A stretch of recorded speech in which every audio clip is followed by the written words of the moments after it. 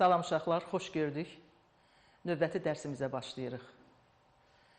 Dərsimizin mövzusuna nəzər salsaq, düşüncəli fəaliyyət, nitq, təfəkkür, emosiyalar və yaddaş. Biz bugün deməli bir çox məsələləri sizinlə bərabər müzakirə edəcəyik. Gəlin görək. Birincisi, düşüncəli fəaliyyət deyəndə nə başa düşürük?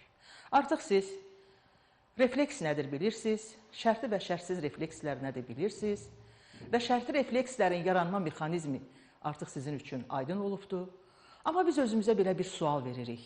Görəsən həyatda, canlılarda, onların yaşadığı devirdə onlar üçün yalnız bu reflekslər öz həyat proseslərini həyata keçirmək üçün, öz əlaqələrini təmin eləmək üçün, həyatda yaşamaları üçün kifayət edirmi?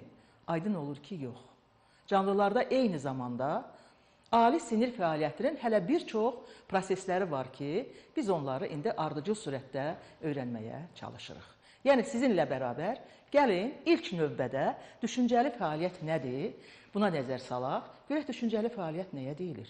Gəlin onda biz belə bir şəklə baxaq və öz fikirlərimizi orada aydınlaşdıraq ki, bax, bizim düşüncəli fəaliyyət deyəndə nə başa düşülür? Uşaqlar, diqqətlə baxırıq ki, meymunlardır.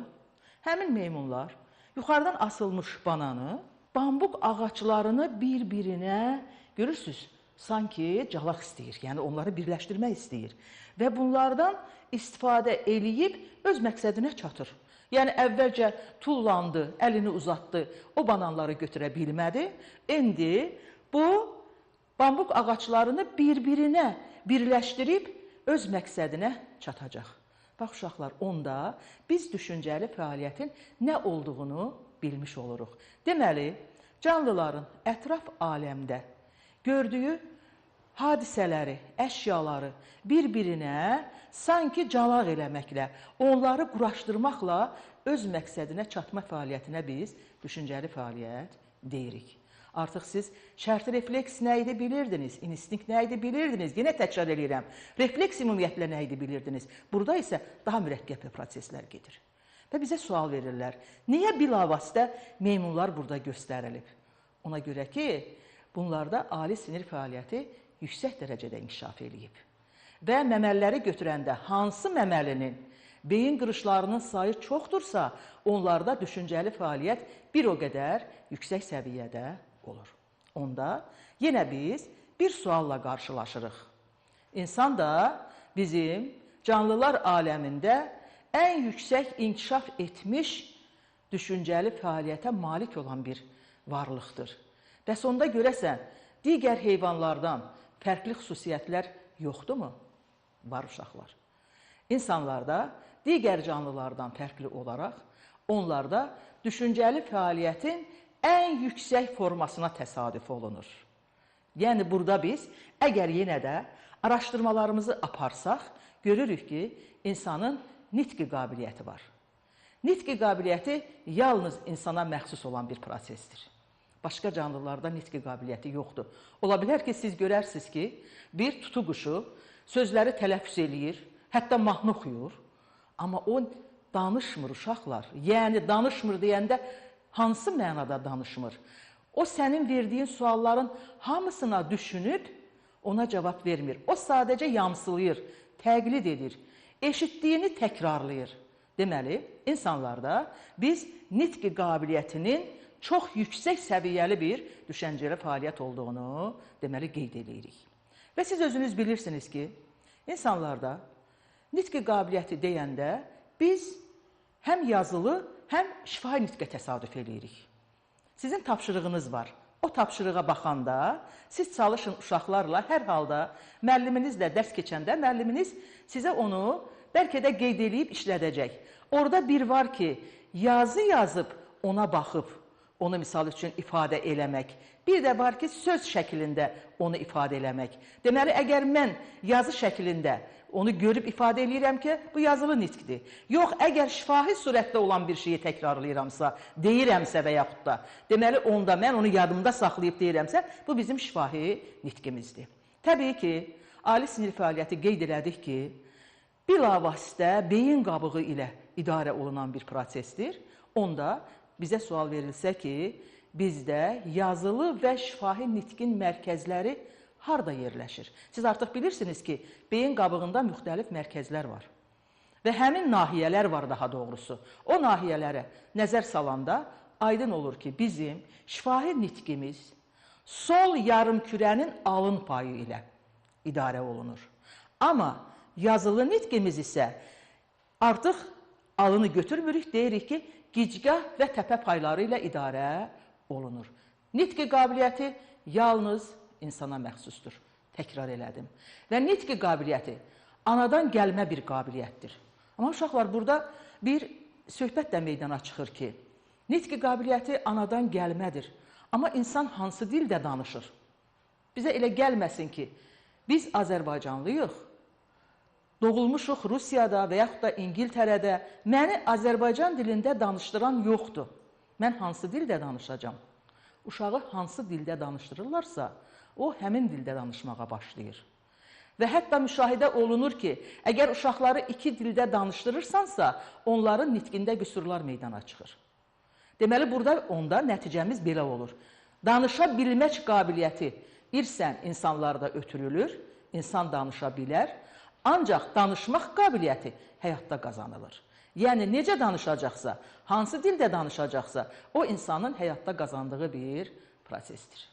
Deməli, bizim nitqi qabiliyyətimizi mücərrəd təfəkkür kimi qeyd edirik.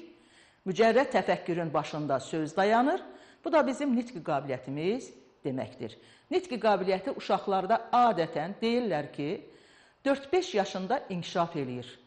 Amma bilirsiniz ki, uşaqlar 1 yaşından çoxu dil açmağa başlayır. Bəzi sözləri qeyd eləyir, sonra kiçik cümlələr quraşdırır və nəhayət danışmağa başlayır. Hətta müəyyən olunub ki, əgər insanın nitqi qabiliyyəti inkişaf elətdirilməzsə, o demək olar ki, çox onda böyük fəsadlar yarada bilər.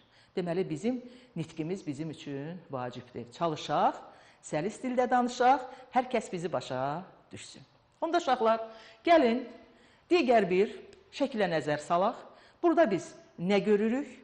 Burada biz artıq təfəkkürün formalarını görürük. Deməli, insanda o mücərrəd təfəkkür dediyimiz prosesə nəzər salanda, burada siz nə görürsünüz? Analiz, sintez, müqayisə və s. Görəsən, bunlar nə deməkdir? Deməli, uşaqlar, mən bura baxanda görürəm ki, analiz nə deməkdir? Analiz odur ki, mən bu əşyaya baxıram, yəni bu almadır. Almanın böyüklüyü necədir, onun rəngi necədir? Bunlara nəzər salıram və nəticə çıxardıram. Bu, deməli, burada almadır. Onun görünüşünü mən təsvir elədim. Yəni, necədir bu? Mən bunu analiz elədim. Sonra isə mən almaya, indi baxın, burada artıq biz deyirik sintez. Sintezə nəzər salanda aydın olur ki, burada mən onun xüsusiyyətlərini artıq analizdə demişəm. Amma mən yenə də bir nəysə fikirləşirəm. Görəsən, bunun iyi necə olar? Deməli, burada artıq mən bunu sintez elədim. Yəni, analiz elədim. Sonra isə artıq onun yeni bir keyfiyyətini tapmağa çalışıram. Bax, bu keyfiyyətə biz deyirik ki, bizim apardığımız o beynimizdə olan prosesləri biz adlandırırıq sintez. Uşaqlar, deməli, əgər biz burada müqayisə olunana nəzər salsaq, burada biz nə görürük? Burada 3 dənə müxtəlif meyvə görürük. Yəni, burada ərik, armud və alma görürük. Və bunları müqayisə eləyəndə bunların artıq formalarına görə, rənglərinə görə hətta, ölçülərinə görə və digər xüsusiyyətlərinə görə bunları bir-birindən fərqli görürük və müqayisə eləyirik. Bu armuddur, bu ərikdir, bu isə almadır. Deməli, artıq burada beyində müəyyən bir oxşar və fərqli xüsusiyyətləri tapmağa çalışırıq. Digər şəkilimizdə isə uşaqlar, biz ümumiləşdirmə görürük. Artıq mən dediyim keyfiyyətlərə malik olan bir çox əlamətləri bir yerə yığanda artıq ümumiləşdirmə aparıram ki, bax bu əşyalar haqqında ümumi bir nəticəyə gəldim. Ki, meyvə deyəndə mən nə başa düşürəm. Yəni, bütün bunların hamısı bizə göstərir ki, insan doğrudan da həmin o mücərrəd təfəkkür vasitəsilə, söz vasitəsilə də nə isə yarada bilər. Yəni, artıq biri var ki, sən görürsən, heyvanlar öz duyğu orqanları vasitəsilə ki buna birinci siqnal sistemi deyilir. O eşidir, o görür, o toxunur və nəticə çıxardır ki, bu nədir? Ancaq insan söz vasitəsilə də deyiləni başa düşə bilir. Deməli, burada söz mücərrəd təfəkkürün vasitəsi kimi götürülür. İnsanın nitqi qabiliyyəti onu bəzən gerçəklikdən də uzaqlaşdıra bilər. Siz buna yalan deyirsiniz. İndi, uşaqlar, gəlin, görək bəs yaddaş nədir? Deməli, yaddaşa nəzər salanda burada görürük ki, yaddaş, xatırlama, yadda saxlama və yeri gələndə onu təkrar eləmə proseslərinin bir məcmuinə deyilir. Çox eşidirik, mənim yaddaşım zəifdir, mənim yaddaşım zəifliyib, mənim çox güclü yaddaşım var və s. Bu bizim yaddaşımızdır. Təbii. Və burada yaddaşı çox vaxt müxtəlif növlərini qeyd edib bölgüsünü aparırlar. Biz də sizinlə bugün həmin o yaddaşı gəlin görək hansı formalarını bizə qeyd ediblər, biz də onlarla tanış olaq. Birincisi, yaddaşın tiplərinə nəzər salanda, bu tipdir. Deyirik ki, sensor, yəni ani yaddaş var, qısa müddətli yaddaş var, bir də uzun müddətli yaddaş var. Sensor yaddaş nədir? Hər hansı bir məlumat eşidildi və yadda saxlamağa ehtiyac yoxdur. Sadəcə hardansa biz söz eşitdik, bir cümlə eşitdik, mən onu yadımda saxlamıram. Bu ani yaddaşdır. Pozuldu, getdi. İkinci, qısa müddətli yaddaşdır. Müəyyən bir məlumat mənə çatdı və mən onu təkrarlamadım və o mənim beynimdə qısa bir müddətdə özünə iz saldı və sonra bir müddətdən sonra, yəni daha ani yox, müəyyən bir müddət qaldı və itdi. Bu deməli, qısa müddət yaddaşdır. Uzun müddətli yaddaş isə artıq uzun müddət yadda qalan bizim dediyimiz proseslərin uzun müddət yadda qalması deməkdir. Və bunun üçün mütləq insan cəhd eləyir. Yəni, o yadda saxlamaq üçün təkrarlayır, biliyi möhkəmləndirir. Və burada biz deyirik ki, hər bir vasitəni götürəndə yaddaş haqqında söhbət edir ki, onlar qapalı bir zəncirdir. Yəni, onlar qapalı bir zəncirlər deyəndə orada olan məlumatlar bir-birinə ötürülür və bu beyində bir iz salır. Biz o izi möhkəmləndiririksə, həmin o yaddaşın artıq uzun müddətli formasını bir növ deyə bilərik ki, burada o yarandı. Bu deməli bizim bir bölgümüzdür. İkinci, məlumatın yadda qalmasına görə iradi və qeyri-iradi yaddaş var. Xüsusən uşaqlar, qeyri-iradi yaddaş uşaqlarda çox güclü inkişaf eləyir. Yəni, uşaqlar nə deyilirsə, onu yadında saxlayır. Bəzən deyirlər ki, uşağın gördüyü yadından çıxmaz. Bax, bu ona əsaslanır ki, onlarda qeyri-iradi yaddaş var. O heç bir cəhd eləmir onu yadda saxlamağa, amma onun yaddaşında qalıb. İkinci isə artıq iradi yaddaşdır. İradi yaddaş odur ki, mən əmək sərf eləyirəm. Onu yadda saxlamaq üçün dönə-dönə oxuyuram, yazıram hətta və onu yadımda saxlamağa çalışıram. O deyirlər, biliyin əsası təkrardır. Yəni, təkrar biliyin əsasıdır cümləsini işlədirik. Bax, bu ona əsaslanır. Deməli, burada iradi yaddaş artıq xüsusən uşağı öyrətmək istəyəndə ona əsaslanır. Əvvəllər deyirdilər ki, məktəb yaşından başlayır, indi deyirik artıq bəlkə də bağça yox, onun bağçaya qədərki devrindən başlayır ki, o uşaqlara nə isə öyrətməyə çalışırıq. O deməli, iradi yaddaşa əsaslanır. Digər bir növünə gəldikdə, yaddaşın hərəkət yaddaşı, söz yaddaşı, obrazlı yaddaşı, emosional yaddaşı deyilən bir formalarını biz burada görürük. Uşaqlar, burada olan birincisi hərəkət yaddaşı.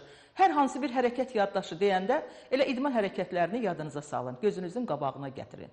Və yaxud da rəqsdə olan hərəkətləri gözün qabağına gətirək ki, biz onları öyrənib yadımızda saxlayırıq. Və yaxud da sizin adi yazmağınız hərəkət yaddaşdır. İkincisi, obrazlı yaddaş.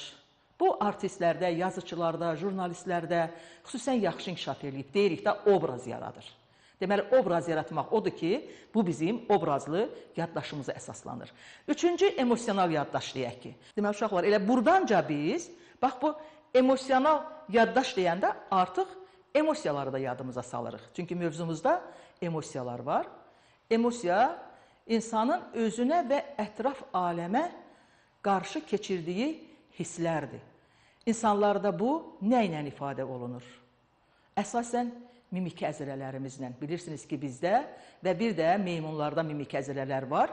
Kim ağlayırsa, onun üzü bir formaya düşür. Kim gülürsə, onun üzü bir formaya düşür. Təəccüblənirsə, bu formanı siz haradasa müşahidə etmiş olursunuz ki, müxtəliflik var. Və emosiyaları da siz artıq müxtəlif fənlərdən, hətta mən deyərdim ki, misal üçün, həyat bilgisi fənnindən də siz müsbət və mənfi emosiyalar olduğunu bilirsiniz. Deyək ki, kədər, sevinç deyəndə, mən deyirəm, hə, kədər mənfi emosiya olar, amma sevinç artıq bu müsbət emosiyalardır. Gəlin biz həmişə müsbət emosiyalarla yaşayaq. Söz yaddaşı deyəndə artıq bu şifahi yaddaşa əsaslanır.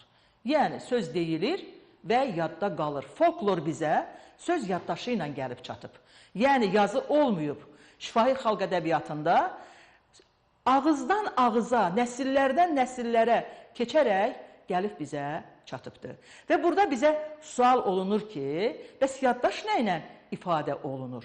Deyəndə deyirik ki, yaddaş da beyin qabığının bilavasitə alın və gicgah payları ilə eyni zamanda o deməli digər hissələrin köməkliyi ilə idarə olunmuş bir prosesdir. Sağ olun, növbəti dərsimizə qədər.